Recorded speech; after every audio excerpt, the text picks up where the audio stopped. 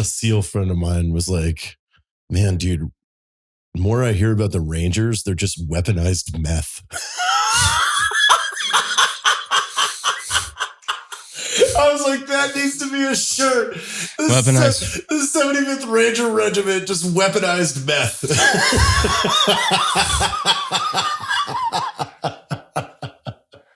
Yeah, it's like if you could bottle it. If you could put it. If you could snort a military unit, it would be the 75th Ranger Regiment. Dude, I laughed so hard at this. It was just random. 75th Ranger Regiment. They're a bunch of they're a hopped up aggressive bunch, aren't they? Probably like weaponized angel dust. Oh man! Hello, everybody. Welcome to Free Range American. We have a longtime friend. Guest that's been on Drinking Bros. You've been in a lot of our stuff. I mean, you did you did the first allusion to Range 15 where we did Leo Jenkins reacts to Range 15, and I just filmed your reaction while you watched the movie and edited it together like a trailer. Drink a lot of lead swindlingers in the process, and like I remember you sending me the initial script to that and reading it before we even met, and you're like, hey, like you write stuff, right? Like what do you think of this? And like I'm like every page I'm like laughing, and like I don't usually like laugh out loud at I remember writing. Your response. You're like, I've never laughed aloud while reading something. Yeah, and it was like, but it was like not once, it was like every fucking page. I'm like this is like, who are you, man? Like what is this? What is this? So yes, back in 2012, when all of us were kind of just new to the internet world. You and Marty Skovlin started popping up everywhere. You had Havoc Journal, Black Side Concepts. This is Leo Jenkins, by the way, American author. And then, yes, of course, like I do what I normally do. Anybody that is good at anything, I try to become best friends with them. You invited me over to your house to fly a helicopter. Yeah. You're like, hey, you want to come over? I was like, can we wrestle alligators, dude? You're like, fuck it.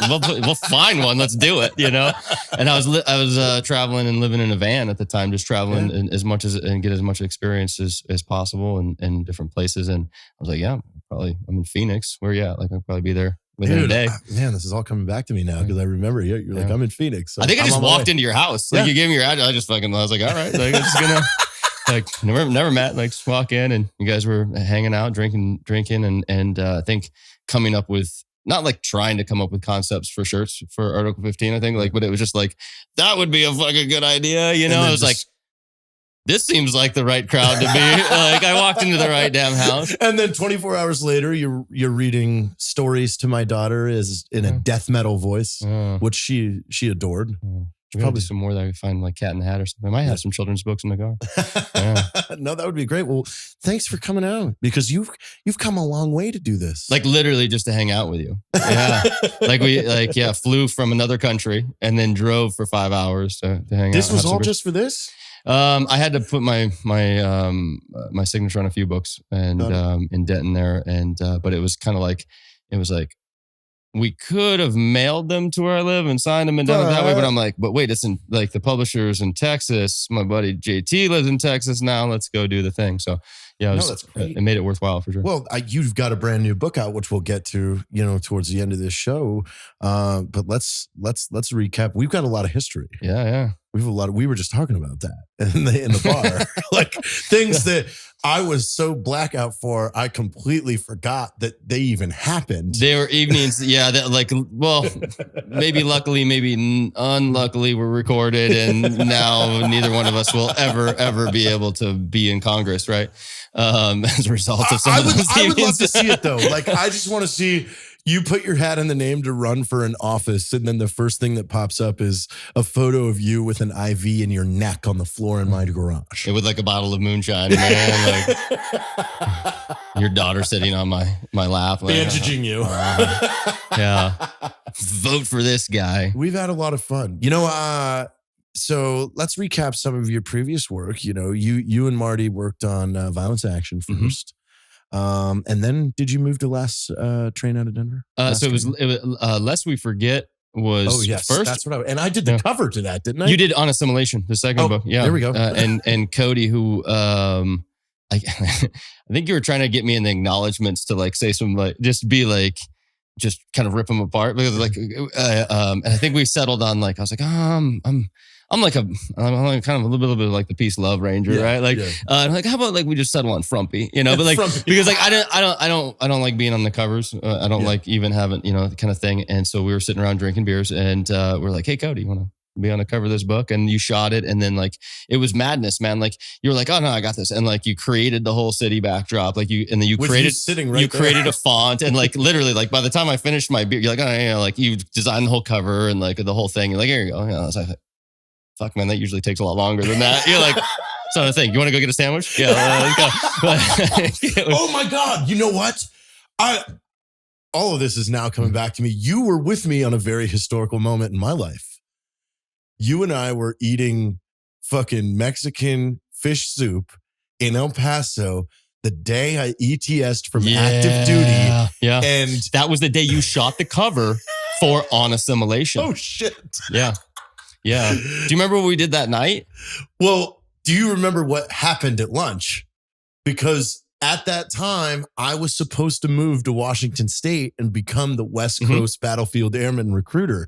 And while you and I were at lunch, I get that call that the guy in charge that hired me, that I went through this massive interview process to get this job. You already rented the house. I remember. Yes. Yeah. We already rented the house. Like that was a whole ordeal. I lost a lot of money on that. Did. And then you're like, keep the deposit. yeah, but they were like, you signed a year lease. I'm like, but I'm not going anymore. So I get this phone call while you and I are at lunch, and it's this person I don't know. And they're like, yeah, the guy that was going to be your boss, well, he died at his PT test. And I'm like, oh, okay. And then the next sentence is that guy goes, so where are you? Why aren't you here? You're supposed to report today. I'm like, no, I'm supposed to report in a month on December 12th. This is like November 3rd. Of 2014. And then I'm like, no, my TMO doesn't even show up to pack my house until like the end of this month. Like I'm supposed to be there on the 12th of December. And he's like, no, you need to be here tomorrow. And I'm like, well, I'm in El Paso and you're in Seattle. That isn't going to work. So we're going to need to come up with something. And remember, he was just being a total dick to me. Yeah, you were having this conversation. I was nursing a hangover. Yeah. While we're eating menudo. Yeah. And Tecattis. Yeah. And then so I immediately call the 116th ASOS, the guy in charge over there. I'm like, can you enlist me as fast as you can into the traditional guard right now? And he was like, how fast can you get to a printer? So you and I went, printed out an enlistment contract at fucking the UPS next door. That's right. That's right. You filmed me taking an enlistment That's right.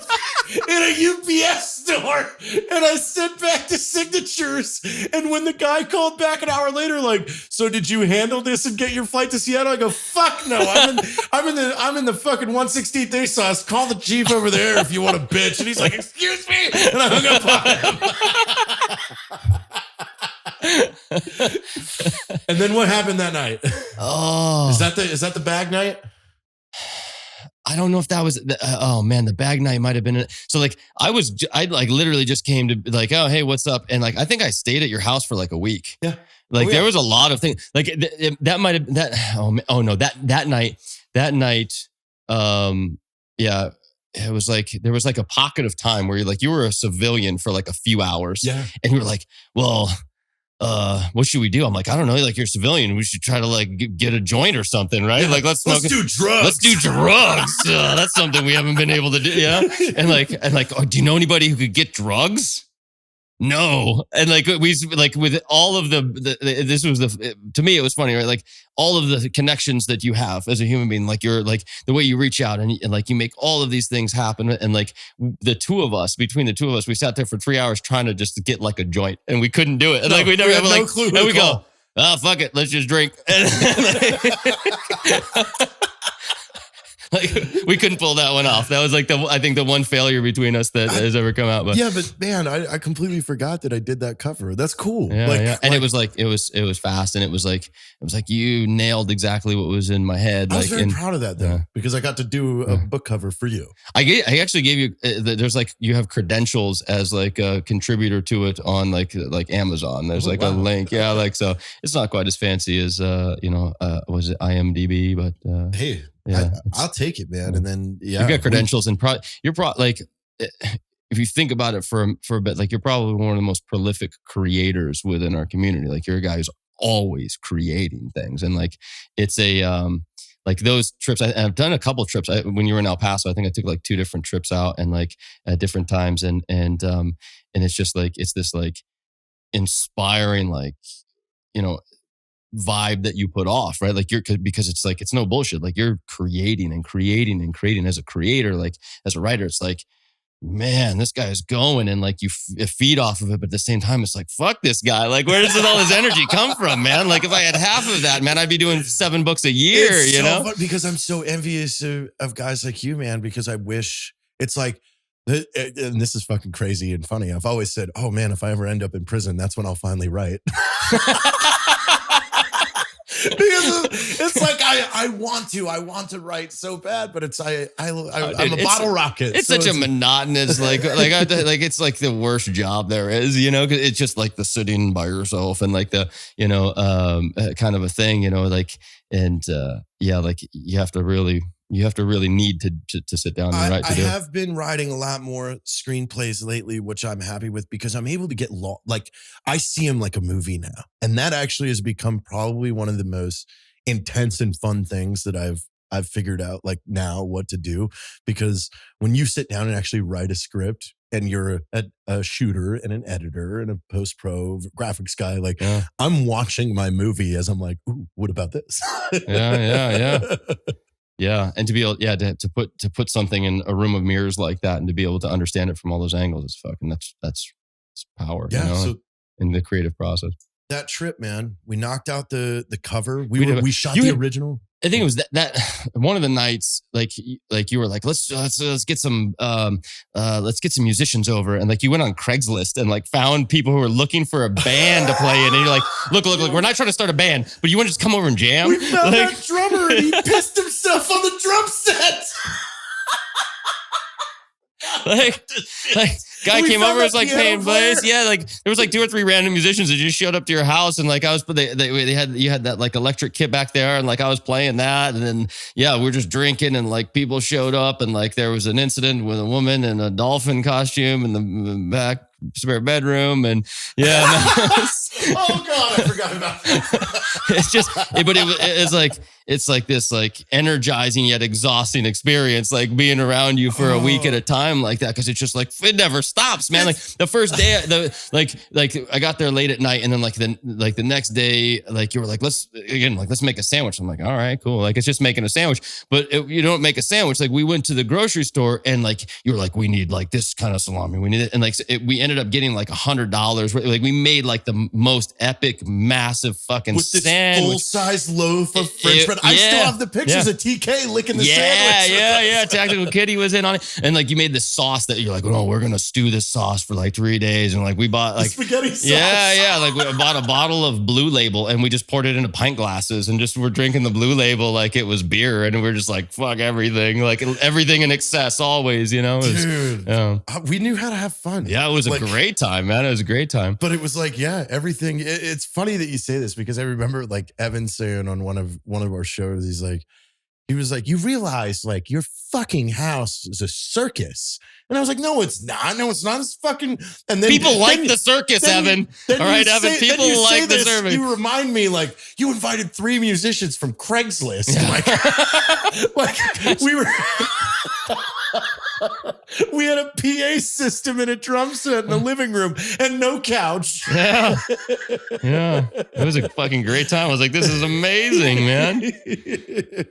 Well, I haven't changed. I see that, man. You're it's just that you have a couch now, which is cool. But there's a, it's a bigger studio, and like, walking in, you're like, oh, last time you saw, we were in this bedroom, and we were like in the garage. There was, oh man, that garage. That's where the bag night happened, right? Like, but there's a lot of things that came out of the garage. I mean, the inception of a lot of these companies. Yeah, I remember seeing the whiteboard. There was like a single whiteboard, and it was kind of like, laid out what's going to happen. And I remember meeting Evan early on and him talking about a coffee company, and like it being in that like earlier, kind of thing. I'm like, oh, this is exciting because of the way you guys were doing it. It was like, you have 4 or 5, central people who were having these ideas and bouncing them off each other. And it was fun and it was exciting. And it was like, it wasn't like, we're going to sit down and design a t-shirt today. It was like, oh, that would be fucking funny. Let's do it. It was like, it never went, but like, it was like when Aaron Lewis messed up the national anthem. We were sitting there and we were loaded. We're like, what would be great? It was like Americans double tap, like, or something like that. Like, let's do a shirt. And they were like, maybe not that one, but it was just like this constant. It's just this constant creative flow, and it's like, man, I think you were there when we designed "Don't Step on This Flag."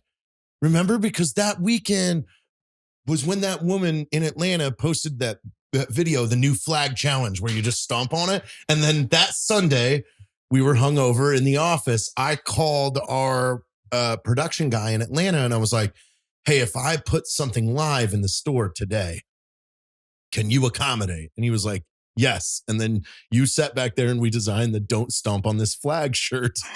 There was like a few of them that just kind of like, they were just happening in that moment. And it's like, that's a special thing, man. Like, like you're in it, like, kind of all the time, but like to come in from, being friends, but like being an outsider, but like witnessing a lot of the earlier days of the stuff. Like I remember you being on the phone with Nick from Ranger Up and be like, oh my god, Nick from Ranger Up is on the phone, like I got him, like, and like being there for you, like he likes this movie idea that we're like, yes sir, to bear witness to this and to see it, it's like this is a very amazing and special thing that has been created, and how many other companies and how many other ideas and have blossomed from this like energy of just like, let's get together a bunch of creative, interesting people and see what happens about it. Right? It's not like we're trying to create this thing, right? Just like, like, and like the banter that goes, and then that banter becomes a thing. And it's a very special thing, man. Now that you're, now that you're bringing a lot of this up, because I forgot about a lot of this, like, because it's just been everything, everything gets so busy. It's like you just pile on. But it was like, even you're talking a year before you and I met in person, we would speak 3 to 5 times a week. I would just call you on a cadence. Yeah. Like, remember? Oh, hey, I was thinking about this. Blah, blah, blah, blah, blah. Yeah. Oh, what about this? Oh, hey, what's Marty doing? Oh, I'm going to call Marty. See you later. You had an iPad like Velcroed to your office wall. And like, it was like you were just, it was like, hey man, so like on the computer, like, and I'm like, what the fuck? Like FaceTime. Like, I don't FaceTime anybody. What the fuck is it? And then like to be able to be there, and then like all the people who you were reaching out to and talking to, and like it was just this exciting thing that like, it doesn't surprise me at all that it's gone to where it is now, because the energy and the enthusiasm is so real. It's not bullshit. It's not like something that's a 9 to 5 thing. It's a 24/7. It was a passion and a hobby, picking up a camera and making things was like, that's all I want to do. Yeah. It's always like, oh, let's shoot this thing. Let's do this thing. Let's create this thing. We'll film you doing this. Like, oh yeah, that's it. That's a good shot. To twirl the drumstick. Yeah, like let's create. Like, oh, we're gonna edit this, and like just that constant output of creativity is something that like if you're someone who creates for a living, that is the holy grail. To have the energy to put it out, man. Like, And like as a writer, like there's ebbs and flows, right? Like there's times when it's like I'll write an entire book in 2 weeks, and it's just that full force of it's just there, and it's just going, and it's moving, and it's there, and it feels amazing, and it's like that's my energy, that's what I'm here for. And then there's like a month where it's like nothing's really coming out, and it should, so.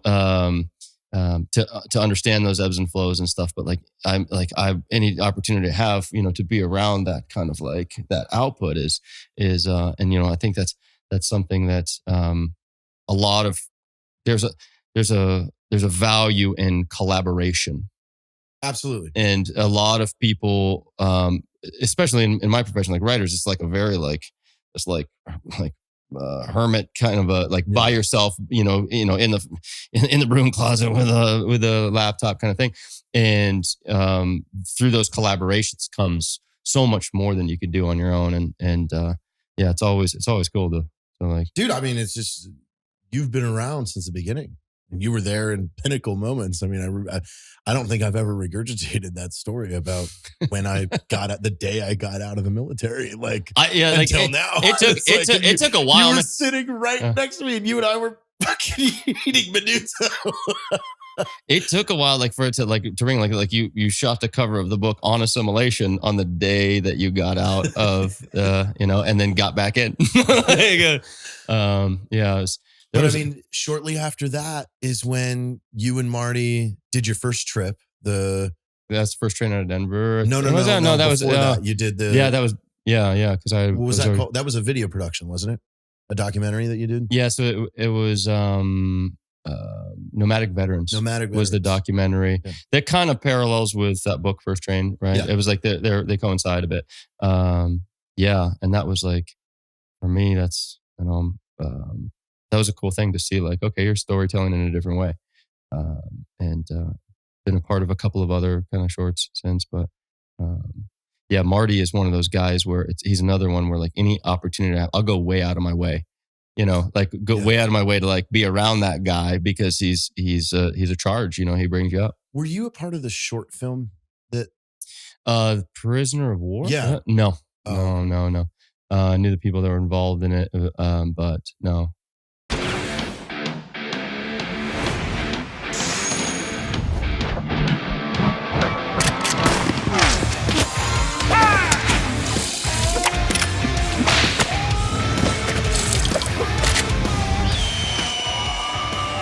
No.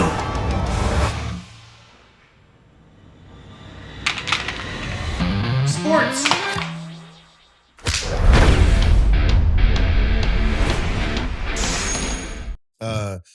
So roll back to Nomadic Veterans for those people that don't know about it, because that was late 2014, right? Yeah. Yeah. So what did you guys do? You started where?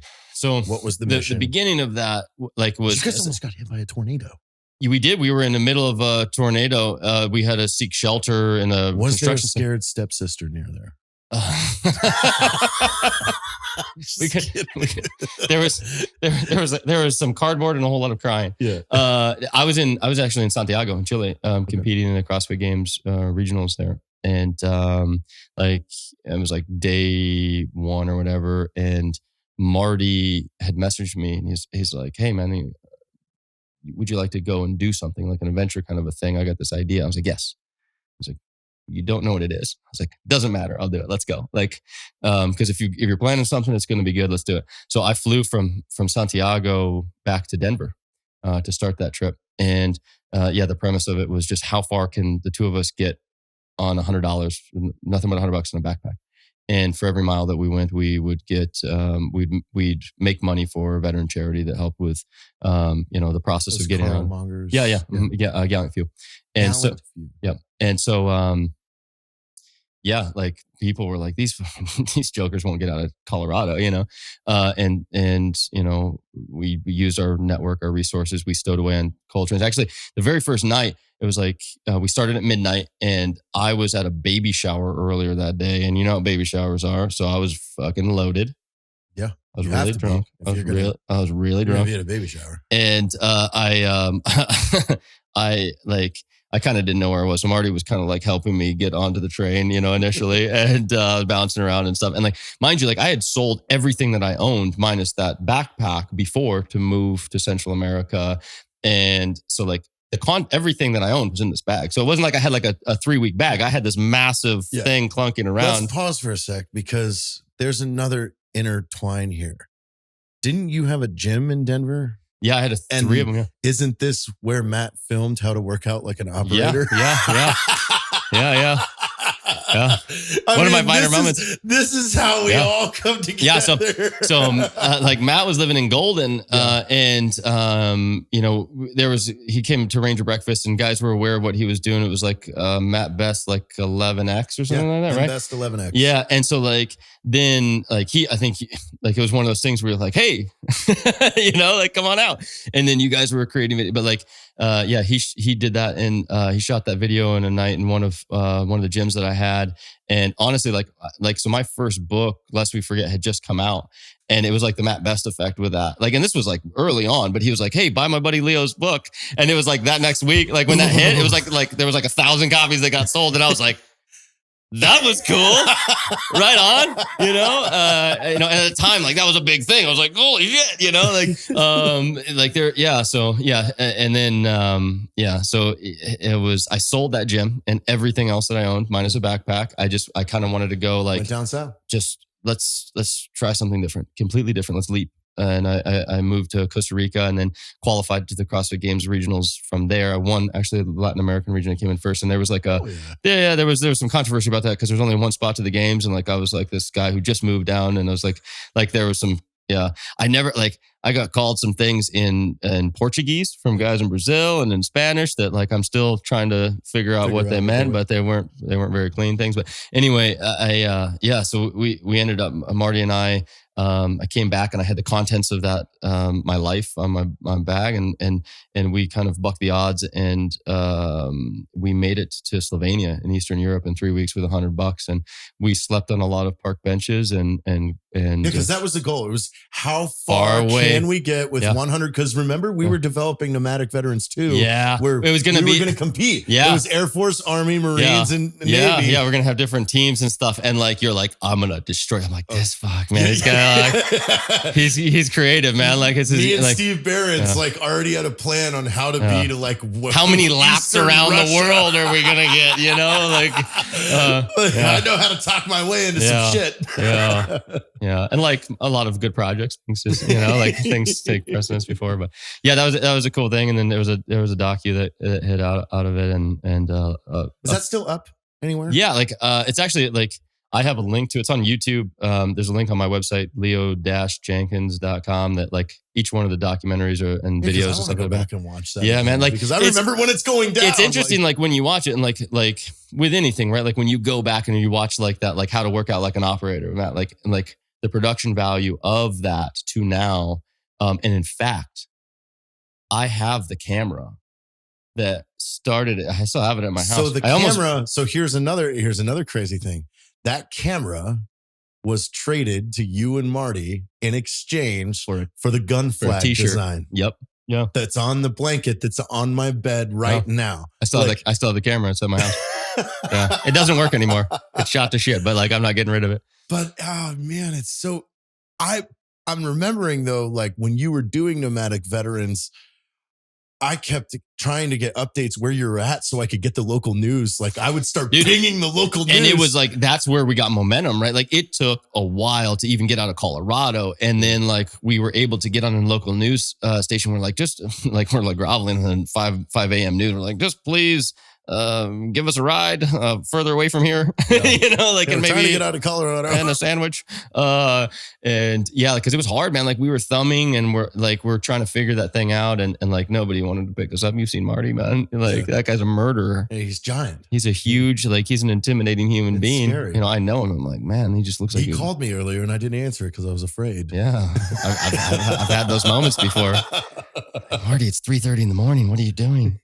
No, I don't want to FaceTime. And there's two of them. Yeah. There's a Josh too. Yeah. I met Josh. He came out to my gym and he did a competition there, and it was cool meeting him. And like, they're peas, man, peas in a pod. So after you guys completed Nomadic Veterans, that's when you had the concept for Last Train Out of Denver, and you did this again. No, so like I kept going. Oh, yeah. Right. So like Marty's wife was 7.5 months pregnant when he left on this trip. Come home from Sylvania, Marty. Yeah. So he got back as quick as he could to not miss the birth of his first child, which I commended for. And I was like, fuck, now I'm like in Eastern Europe by myself. What do I do now? I'm like, well, I've been heading this way for the last 3 weeks. I'm going to keep heading this way. And I ended up going once around the world, just eastbound. I went through the rest of Eastern Europe, and I bounced through. I hit Russia, and then I hit Thailand. I was there. That's actually where I got my sleeve done. And then did Australia for a bit. I drove a van across Australia, and then traveled across New Zealand. And then I had a goal for the longest time to drink a beer in all 50 states. Yes, I remember. I started that in RIP because we were sitting there, we're like cold and fucking miserable. We're trying to like get our minds off of the torment and the torture, right? And I started thinking about drinking beers, right? I'm like, oh well, how many states have you had a beer in? And like I was like, okay, like Arizona, it was like 4. I was like, well, that's lame as shit, man. Like I want to have a beer in every state. And so I created that concept early on in the Army, and then I used any long weekends that we had to like.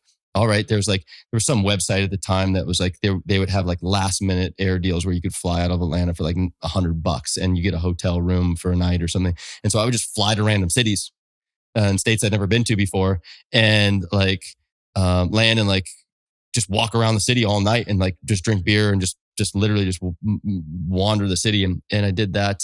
And I got to, I don't know, when I was in the Army, like maybe around 25 or 30, and then continued traveling afterwards. But I was down to my last 4 states by the time I had traveled around the world, and Hawaii, Alaska, North and South Dakota were the last 4. Wow. And so I flew from New Zealand to Fiji. And the whole reason why I stopped in Fiji was so my dad and I, he's a fireman for 35 years. And he talks a lot of shit, and that's how he raised me. And so he got to Thailand. He knew I always wanted to go to Thailand. He went to Thailand before me, and like he sent me a picture from Thailand, drinking a beer in Thailand, like pretty much fuck you. Like I got here first, like.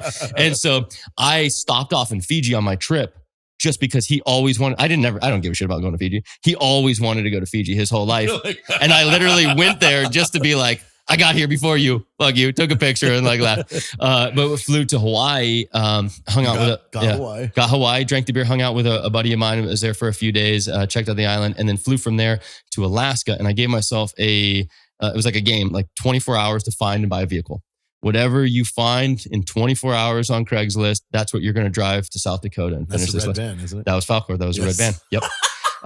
And so it's like there was some weird experience I had like with the Craigslist folks, like that's not the van that you have in the ad, but like it was like the second van that I saw and bought it in cash, and then I started driving south, and it was I got North and South Dakota, and by the time I did that, so many people were like, just keep going, go all the way to Tierra del Fuego, keep going, and I'm like, well, I did the world once going east, now let's do it north to south. So I just kind of headed down and I got to southern Baja, Mexico, and I was going to spend one day in this dirty little town. One day in a town, and this is where your life takes a drastic turn. Yeah. I was like, oh, you think you're going? So it was just like a small fishing village. There was a little dive bar called the Little Lebowski Lounge.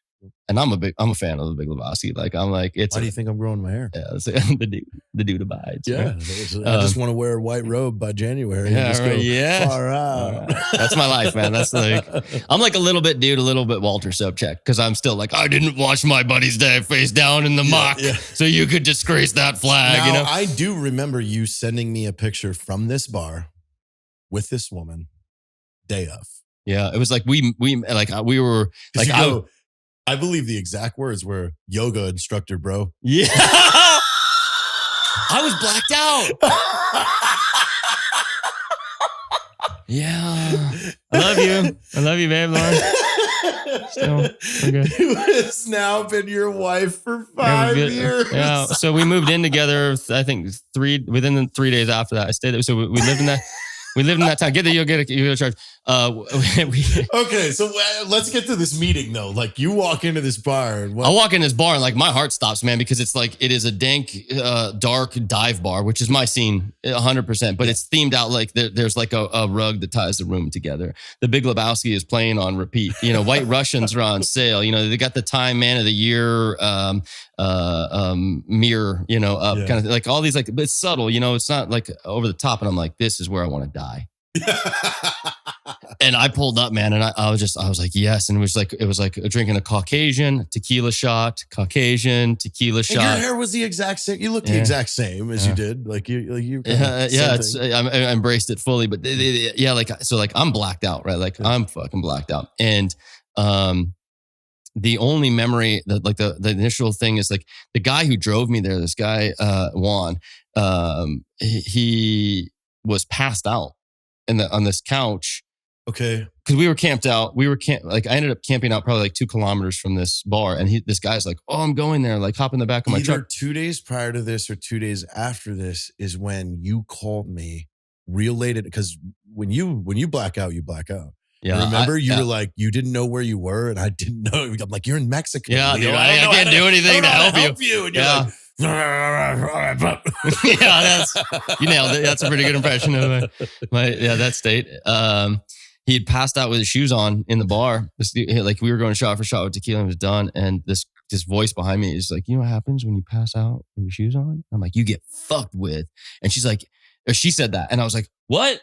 Huh? Angelic voice? What? Yes, huh? And like the next thing I remember was being in the gas station across the street trying to buy a Milky Way candy bar. And then the next thing I remember was being at her house hanging out that same night. And then we lived together like 3 days later. And so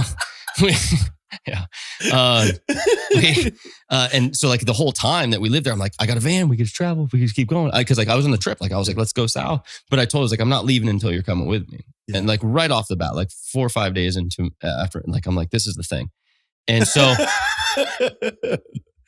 And you've been single the whole time though that I had known you. Yeah, man. That was why it was. Yeah, it was like what got us out of there really was they set up a sting operation in her yoga class, and she got detained for being an undocumented worker in Mexico. And they brought her, Mexican version of INS. Like I was in the class, this agent, this woman was in there, and you could tell like she didn't know what yoga was, or like she was in a pair of sneakers, and like the whole time, like she was like really awkward. You could tell she wasn't understand anything. Anyway,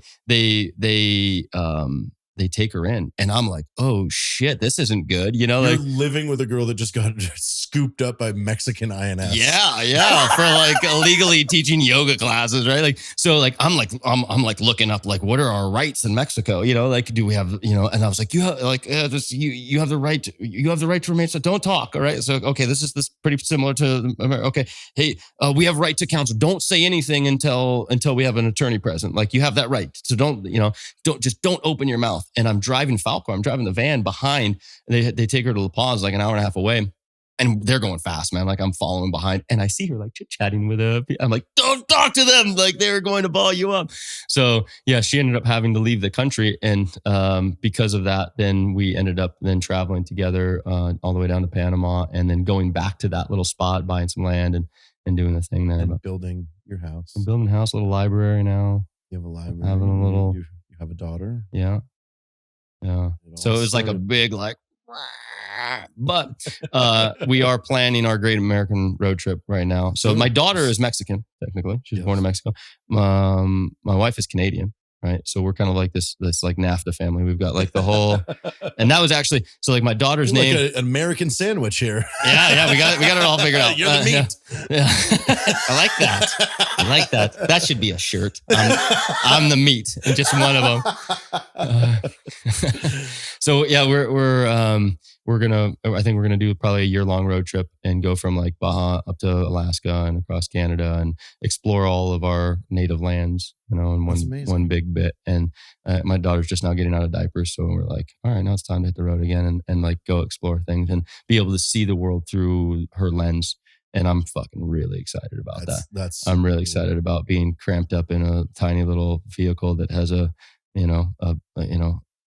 maybe a flushable toilet. Like it's like with all that chaos. You're going to camper this time. It's not Falcor anymore. Yeah, we got to do something that has like, again, because like the thing about living in a van that they don't show you on Instagram is like the part where you have to shit in a Walmart bag. Right? Like they don't put that up on, like there's not the feet with the beach. Yeah. It's a totally like there's a reality to living in a van that like isn't really shared on social media too much. And I'm just like, maybe I'm getting soft. Yeah. But I'd like to be able to flush my shit. Well, this winter I'm going fifth wheel. I'm gonna hit it.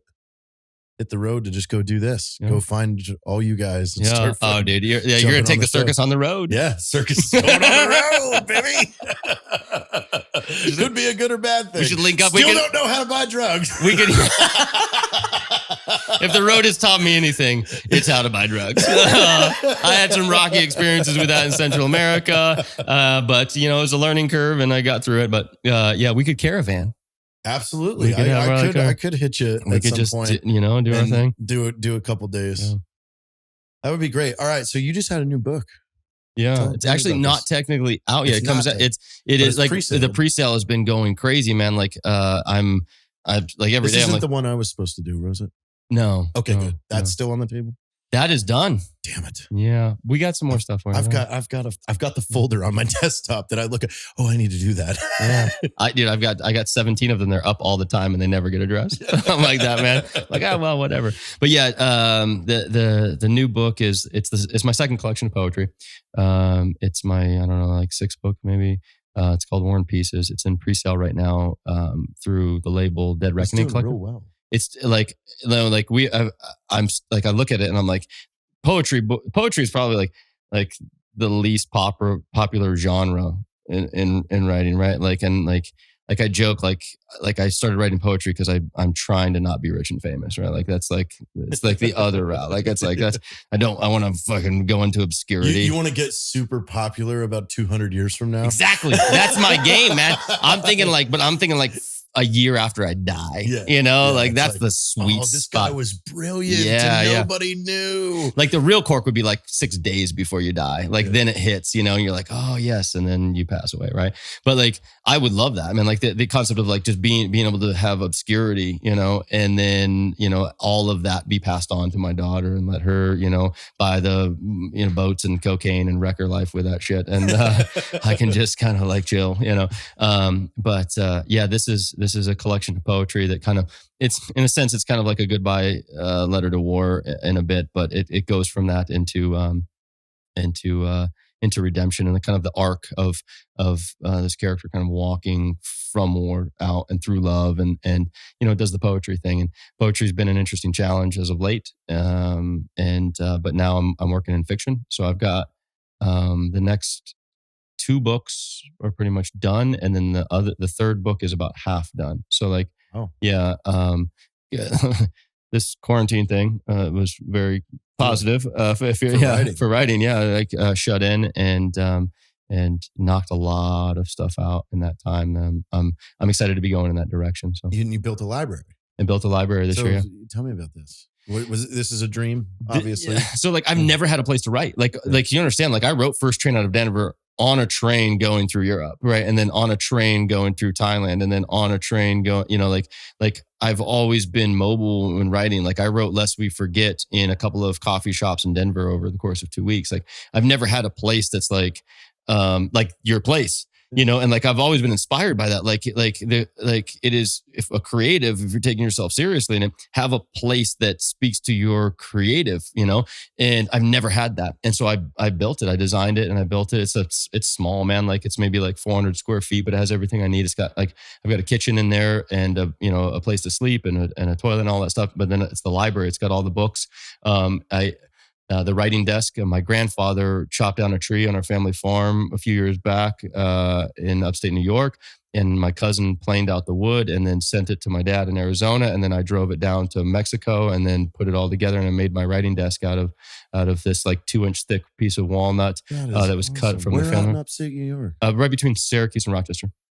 So they've got a couple hundred acres up there, and it's where I spend all my summers and everything. But yeah, it's like this dedicated place where like I have books around me. And like, you know that feeling when you finally have your spot. It's like, game changing, man. Like I went in there and I'm like this book, I finished it. It was like, yeah, that's okay. That's done. And then, this collaborative book. Okay. Like a couple days, that's done. Do a novel. Okay. I'm about halfway through that. That's the first thing I do everywhere I go. Like when you were in El Paso, like the garage was, everything had, the decor was away, and then the office with editing and things, and then we went to Salt Lake. The first thing I do, paint and I saw all these spaces along the way, man. It's really cool to see the evolution of it and where it is. And I'm, it's inspiring. I'm like, man, like what you can do when you have that space that is for you to create. And I finally have it. I finally have this place I can lock myself into and just get weird as fuck in there, and create, experiment in all different ways in there. And the I feel genuinely that everything that I've done in writing up to this point has been a warm up. Like it truly is. And now I have this environment, and I've got that, like my family is incredible. They're happy, they're healthy. And my wife is succeeding in her business that she started. And my daughter is incredible. And it's like, okay, things are all right. We got a little stability. Let's fucking really push the pedal on this thing. And dude, you got fucking 4 books on the I've got table 8 more right coming. now. I got 8 more coming. And that's what I mean. Like I'm this ready. is when it freaking goes. Yeah, this is when it goes. Like again, this was a warm up. Like everything up to now, and like I was doing about a book a year before because it was like I was traveling a lot and I was bouncing and I was doing this. I was like, oh, I'll write this, and then, but now it's a whole nother. Like we're on a different level now. And like now I have a amazing publisher with Dead Reckoning Collective, and they are 100% behind me. They're like, what do you need? I have a team, and I've never had like a real support team for my writing before. And I'm like, now it's going to blow your mind what you can do. Yeah. I'm excited about it, so man. How can people buy this thing on pre-sale right now? So yeah, the pre-sale is the way to do it because it's 0.0% goes to Amazon. It's all goes to so Dead Reckoning Collective is veteran-owned, veteran-operated publishing house. All of it goes to them and me, right, for the pre-sale. And so it's just deadreckoningco.com is it, or find us on social media, Dead Reckoning Collective, Leo Jenkins, either one, and all of it's kind of pointing to that right now. It's a pretty easy find. It's a cool thing, being able to work with awesome people who inspire you. And hey, I want to come in on one.